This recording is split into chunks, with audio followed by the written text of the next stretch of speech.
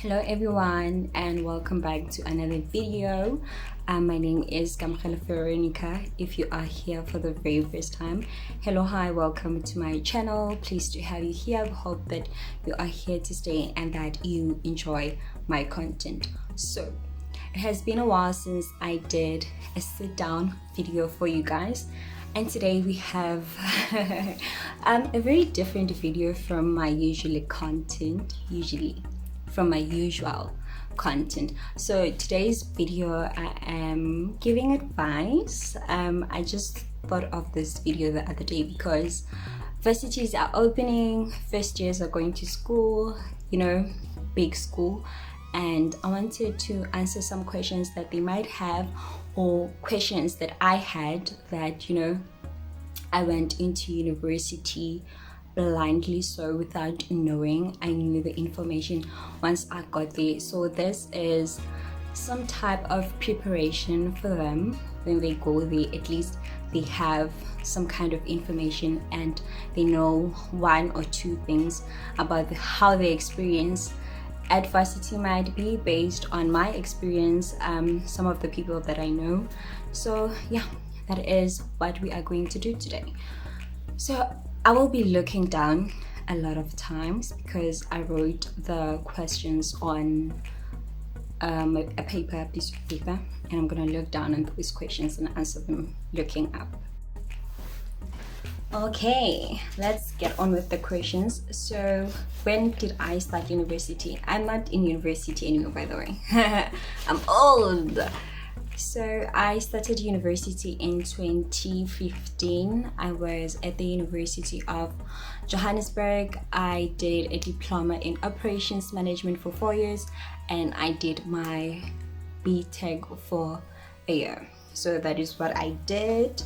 So extra qualifications, I have a certificate in fundamentals of digital marketing that I did through Google last year as a way to improve my knowledge on digital marketing, because I knew that I wanted to get into the digital space and be a content creator.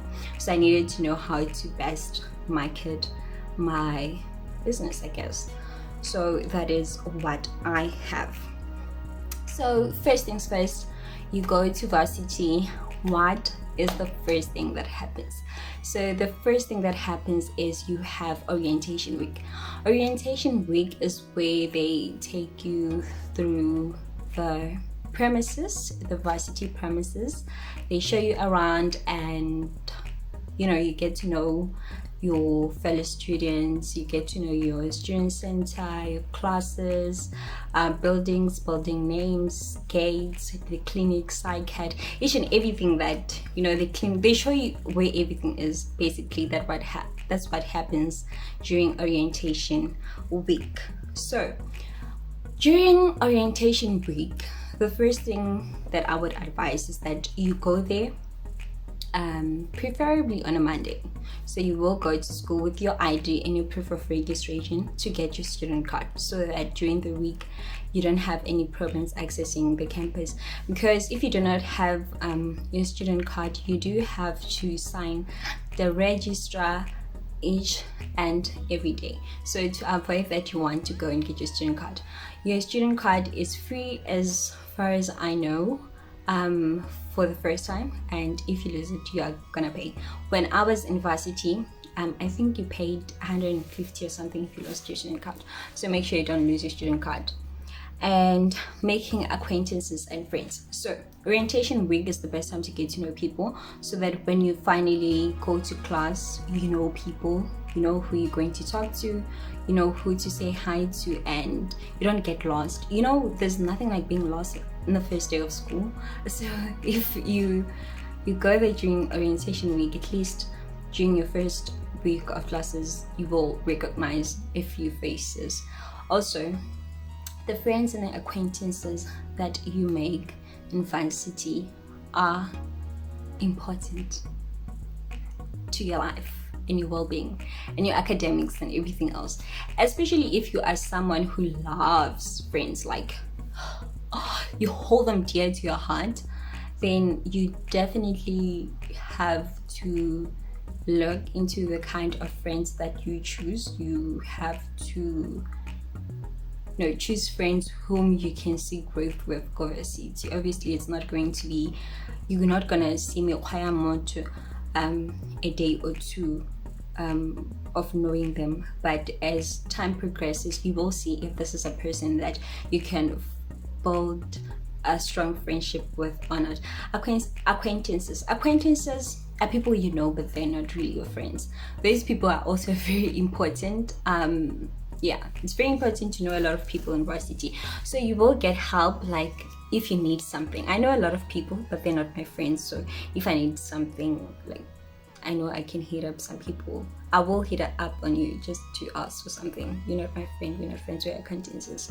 Also, if you hit me up and you want something, I will be of help because we're not friends. I'm not gonna hit you up for drinks. Yeah, so that's what acquaintances are. Ooh, English. Okay, so we get into the school part of this whole video. So when is the best time to study? The best time to study is when you are at your best. So when you wake up, you know yourself. Are you a morning person? Are you a during the day person? Are you a night owl? Are you an early bed? You know, like you know yourself. So you will choose, obviously it will depend depending on your personality and how fresh you feel, either time of the day, you will choose that time to study. How to stay motivated? You stay motivated by, firstly, choose a course that you like, so that you are eager to learn, you're excited about it. It motivates you naturally, because if you do something that you don't like, you will get demotivated. There is no way to keep yourself motivated knowing very well that you do not have any interest in the course, and it does not bring you any fire. It's not doing anything for you. Failing, is it the end of the world? No, it is not the end of the world, but do make sure not to fail. So speaking about failing, I wanted to talk about tests, right? Make sure that you pass your first test very, very well, to avoid having to overcompensate during your second test. I feel like that is one of the strategies that worked for me, making sure that I pass my first test with flying colors, so that if I fail my second test, I know that I did very well in my first test, rather than failing your first test and then you do not have any choice in the world left but to make sure that you overstudy, you over prepare for test 2 so that you can pass.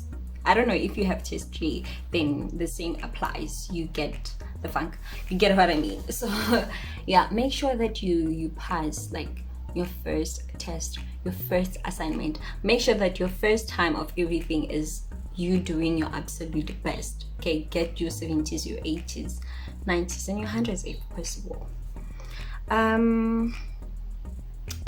So missing your tests, ne? If you miss your test in varsity, they want a sick letter, so you will have to provide the lecturer with a sick letter, usually within 5 days of the test or the exam being written. Now, the sick letter at UJ, when we first went there, this lecturer said to us, do not get sick, because you will go to Hillbrow or wherever, get a dodgy doctor to write you a letter, and when they call that doctor, so I don't know where they get, like, you know, the doctor letters, they have numbers. I don't know where those people get those, and they call the doctor and the doctor's like, I do not know this person, and then you, excuse my language, excuse my French. So yeah, if you do get sick, don't do it if you don't get sick, guys, and you don't want to run your test. Then why are you doing that to yourself, you know? But if you do get sick, make sure that you go to the doctor, because otherwise then there's hearings, there's a possibility of you being expelled from school, and for what, you know? So make sure that you get the best doctor, and make sure that that doctor is not on the list of corrupted doctors, because they do have a list of corrupted doctors who they know for a fact they just write letters for the sake of money. They want money, they just want cash. So yeah, if you have a family doctor, I think it is best that you get your doctor to write the school an email and let them know that you were sick and whatever. So corroborate that story. And also there's a theory, right? It's not theory, but we'll say it's theory, because so people used to fake getting marked, guys. Like, they would make a story about how they went home, they got marked, their books were taken, and they would fake losing their books, the student cards, you know, everything. Go to the police station, open a case number, have a case. The last time I checked, the University of Johannesburg was like, we're no longer doing that. They no longer wanted such reports unless if you had a case number. So yeah, that's what I know. And then another thing, avoid writing a sick test to the best of your abilities. I cannot stress this enough. I have never written a sick test before, because I was told that sick tests are sick. You know, the sick and the sick test is really sick. They're very dangerous, and like the lecturer can decide and then you fail. You know, the lecturer can decide to make the sick test much difficult than the actual test was. Or the lecturer might decide that they are going to have an oral test with you. So if, let's say, you are shy and you're not well prepared, you know, some people, they're not good with talking face to face with people, like they get nerves, and if you know that your nerves get the best of you, don't do the sick test thing. Don't play with your life like that. And then there's this thing called F7. So F7 is basically getting excluded from school. You want to avoid getting excluded. You get excluded when you fail your modules over and over again. I think 3 times, or if you fail it twice, then you don't get to do it for the 3rd time. If you're excluded from the school, it would take 2 years for you to get into university again. Apparently that's what I was told. I don't know if that has changed, but you want to make sure that you are not excluded. You want to make sure that to the best of your abilities you pass your modules. Okay, another thing is supplementary exams. Supplementary exams, they don't send you messages, guys. You don't get messages saying hi, you have a sub. No, you have to be on your U-Link. So the University of Johannesburg has a U-Link. U-Link is where you see everything, your timetable, your test dates, your exam dates, each and everything. Lecturers post, they post your manuals, each and everything. So you need to be on top of your U-Link. You have to check it at least once a day. Let's say you have a sub, right, and you don't know that, because you also, even if you haven't paid, you will always be able to see the date of your sub exam. So let's say you didn't pass and you get a sub, you got 40%, which gives you a sub, and then you miss the sub and then you fail. So you failed because of not being on top of your schoolwork. So if had you checked your U-Link every day, had you checked, you would have written. You know, that is something that is so clumsy. That's just a clumsy way of failing. So you do want to avoid that by all means, please. Also believe. Then resources, we have libraries, we have clinics. CHIT CHAT is where you go if you feel like you mentally cannot take the pressure that is coming from school. You mentally are dealing with a lot of things and you need help, you need to talk to someone. So they do have people to talk to in the clinic. If you're sick, if you are a girl and you need to take your prevention, the school does offer it. There are certain services where you have to pay, however you do not pay for prevention at the university. I think that is one of the best things that they have done for girl children. So yeah, that is there for you.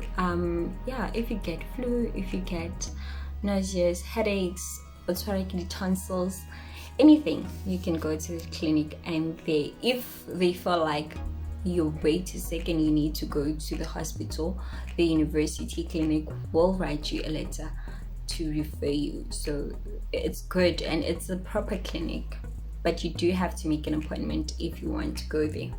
So you have groups within courses. I've never been in a group, I don't want to lie.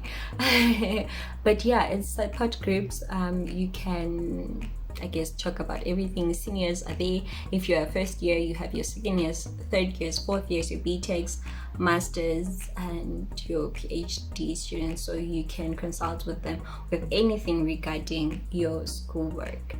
And we have church. If you like church and you like going to church, we do have churches within the university. Find one that resonates with you, with your heart at home, to keep you grounded. You know, sometimes when we go to varsity, it is easy for us to forget where we are from.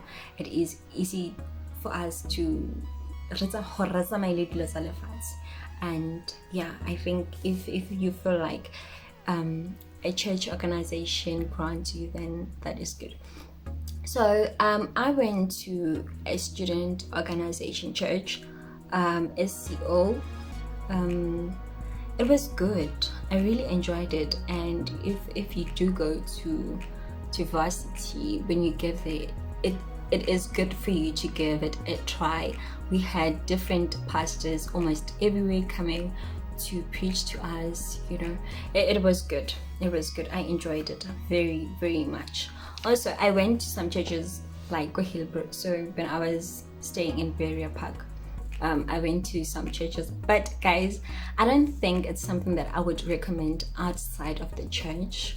You know, to go outside of the school, to go to an outside church, because we do know that other churches practice things that we've never seen. They make sacrifices for whatever reasons that they do make those sacrifices. So rather, I don't even bring a friend, because some of your friends are dodgy. Yeah, I don't know, hey, like, don't go to outside churches, guys. Go to your school churches. I feel like those ones are better, unless if you know that church for sure, you have gone there, you have been there before, then yeah, you can go. For a fact, I know that Methodist has a lot of branches in Johannesburg. So if you church there, then yeah, you can go there. That's one church I know for sure that is legitimate. Everything else undoes. So fun questions about university. How often to go out, and is it a good thing? You need to be able to balance your life and your schoolwork. 4 years is a very long time to just focus on books, let's be real. Personally, go out, man. You know, have fun, but still remember why am I here, what am I doing here, what brings me here, and make that thing that brought you there your first priority. Everything else comes afterwards. Have fun, but not too much fun, and be safe. Go in groups. Do not ever go out by yourself. We live in South Africa. So how to make your allowance last the whole month or manage your finances properly. So the best way is to buy a grocery when you get your money, guys. I think that's one way to be able to make sure that you have food on the table. The money might not last you the whole month, but if on a closer, then you're not going to go hungry and you are not going to starve. So go skolong. I remember we had meal tickets. So meal tickets were given to bana ba ilong hore they needed it. They got those for lunch, which is a good thing even if you're not going to class. The food was nice also, so those are good for lunch. So you can buy for breakfast and for dinner, and then for lunch you know how you're gonna eat at school. I don't know if UJ still does it, but yeah, you can check. So the most important thing is to enjoy yourself in varsity. I feel like there is nothing like being at a place where you feel like it's draining you physically, emotionally. You have to enjoy yourself, enjoy everything, you know. Enjoy yourself, stay away from drugs. That is the most important thing. I mean, I could say don't overdrink, don't overparty, don't overdo any of those things, but enjoy yourself. Make sure you know you have those memories that even when you are no longer in university, you can say, no man, I had fun was had, you know. So something to look forward to. This makes me very excited because I was part of this group of people who went into this role. So it is the Dean's Honors Roll and Genius. Basically, Dean's Honors Roll you get there when you get 75% average on all of your modules, and the least number or the lowest number that you can have is 65% on your modules. So I was very, very, very, very, very fortunate to be part of this little family, this little organization at school. It just appreciates you, you know, something to say thank you for being who you are, thank you for, you know, studying hard. And it gave me motivation because I got in first year. So my very first year, I was part of Eugenius. So Eugenius, you strictly have to get 75% of all of your modules. No, 70%, and get 75% average. So first year I was part of Eugenius, and yeah, that was okay. I've never attended anything at Eugenius. I just got the emails. I was like, oh, okay. But I attended the Dean's Honors Roll because it's nice. You have breakfast, you take pictures, they give speeches, they call you up, you take your certificate. It's very nice. So do make sure that you work very hard so that at least you get to experience that during your first year. It's a good thing. It's a great motivation, something that I highly, highly recommend.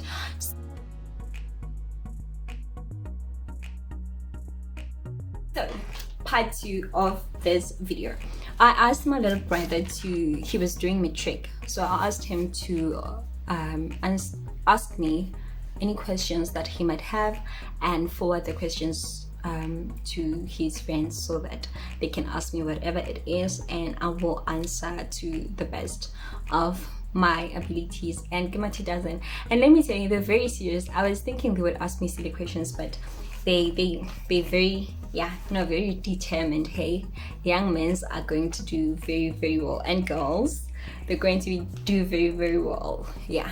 Anyway, so here's the first question. What is expected from me as a varsity student? What is expected from you? First of all, you have to attend your classes.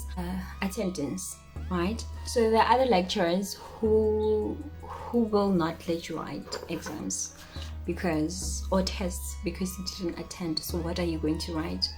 That's the questions that they will ask you. The other lecturers or courses that require you to attend. So when you get into class, you will have to mark a register. We did that. That register is very important. Should it happen that utaka 1%, which is like 6 marks, right? The lecturer is not going to give it to you if you were not attending. They're going to pull out, you know, this is what our lecturer told us. She said, I'm going to pull out a random register and then look at your name. If I do not find your name there, if I do not find your name marked, then I'm not gonna give you that 1%. Even if, like, I understand the reasons. I'm not going to give it to you. Why would I give marks to someone who did not come to class, who did not take me seriously? You know, so make sure that you attend your classes first. Secondly, engage in class. It's a good thing for, you know, face recognition. The lecturer will know who you are, the lecturer will know your face, and yeah, when you need help, at least they know the face. Or even when you send an email, they know her.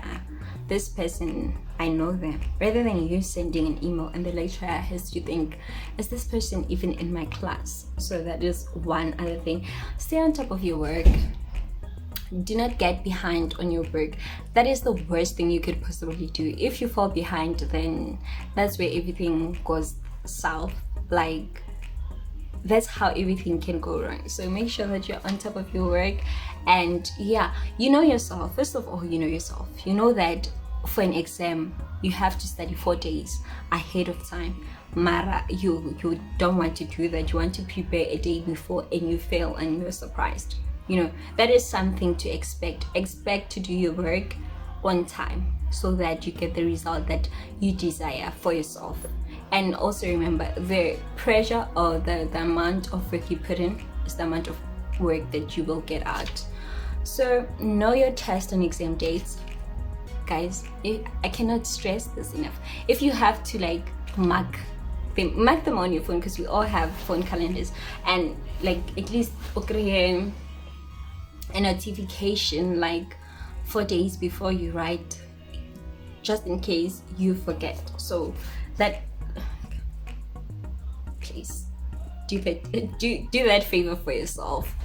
And the last thing is to not be late in class. Don't be late in class. Other lecturers will kick you out. Unfortunately, it's not like high school. They have that right. You wasted the time, you're disturbing the class.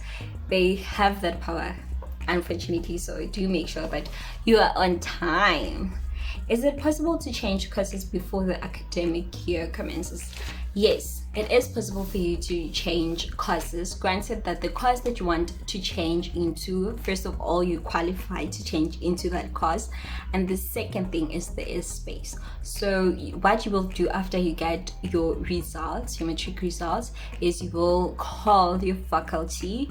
You can Google the numbers, the faculty in which you are registered to. So whatever faculty that you are, you have to get the numbers, call them, and inquire if you can change the course and if the course has space. So it is possible to do that before the academic year begins. And it is important for you to do it before the academic year begins so that you do not get left behind. Let's say you do it 4 weeks into the academic year and there's still space, and I'm like, no, we can take you, you know, and then you're already left behind, you know. So do it before. As soon as you get your matric results, do make sure that you are on top of your work. Make sure that you do what needs to be done for you to get into university, if that's what you really want. Selections based on the APS, so the what is it, academic point score, but then reconsidered if there's space in a certain course. So yes, they select you based on your APS score. The only reconsideration that will be done is if you request to be reconsidered, and that will succeed only if there is space within that course.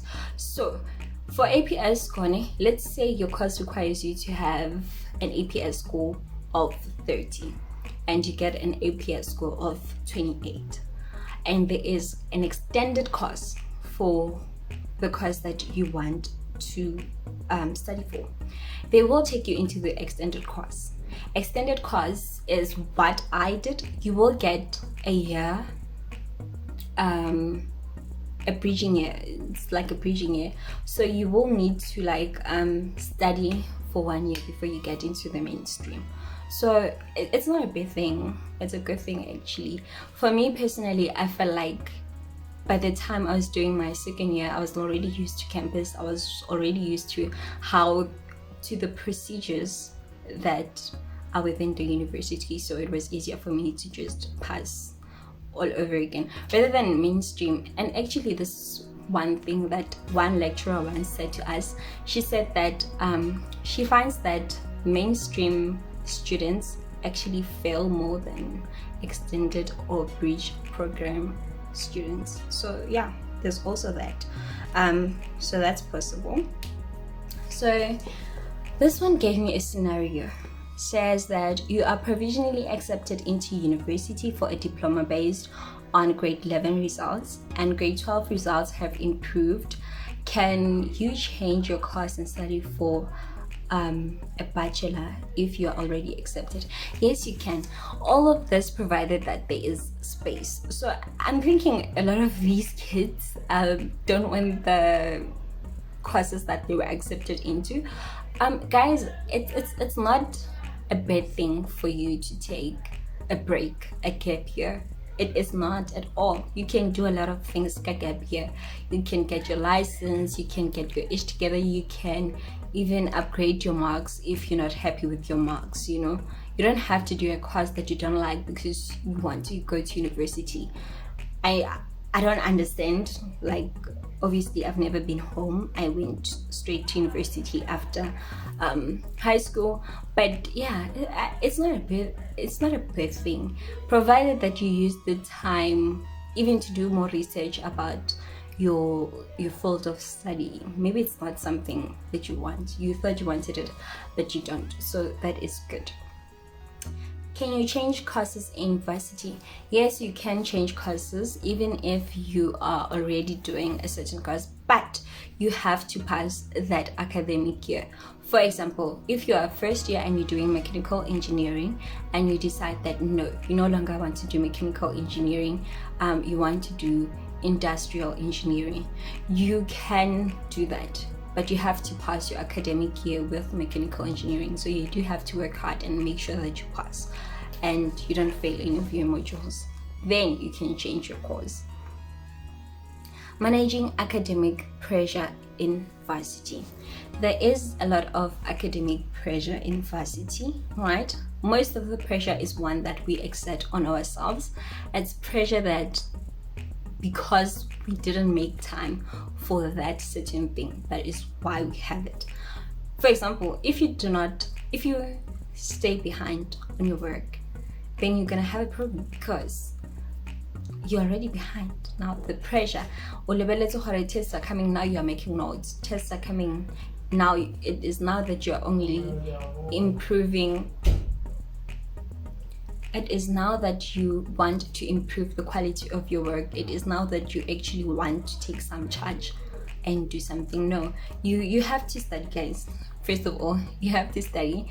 Every day you have to do something. If you did something in class, for me, the best thing that worked for me was making sure that if I didn't get something in class, I get it when I get home. Like, I do it by myself. I ask someone else to help me with it, and I get it. Even if it's not studying, just to make sure that part I get. And then when the time comes for me to write an exam or a test, I know exactly what is expected of me. So that is the best way to manage the pressure. Sometimes it's not even your fault. Sometimes you have test week and you just need to pray. You know, yeah, if you have test week, God bless your soul. I don't know how to give. There's no way for me to give advice to that, rather than always stay prepared. Like, always be prepared for anything. Okay, anything is possible. If your lecturer comes and say, "Hi, surprise test. Are you ready? Are you gonna pass?" Check yourself. How can one manage finances efficiently? So, finances manage, like, besides buying grocery, eat at your place, go to school, come back and eat, rather than buying stuff from the student center, because things can be a bit pricey. They can get expensive. Imagine spending $40 each and every day on food already. Or in 2 weeks is how much? Maths is killing me. Plus minus 800, right? yeah, I think that's it. So yeah, that's the avoid takeouts also. I know that takeouts are like, it's nice not to cook, you know, sometimes and eat takeouts, but don't do takeouts every day. You're gonna finish your money way before month end or whenever it is that you get your money. So yeah, so that is it. This video is already so long. If you made it to the end of the video, hey, thank you. I appreciate you. I love you. I hope that you get each and everything that you pray for, that you desire, that you put into the universe, that you 11 because we are definitely 11ing everything right now. Yeah, I hope that you're good. Hey, thank you so much for watching today's video. I hope you enjoyed it, and I will see you guys in my next video. Also, if you like this kind of videos, I do not know age group the audience, like I am guessing, but if I do have an audience within this age group, you can send your questions to me or your inquiries to me on Instagram, and I will make sure to make another video for you guys if that is what you desire. Thank you so much for watching. I appreciate you, and I'll see you in my last one. I love you. Keep safe, keep well.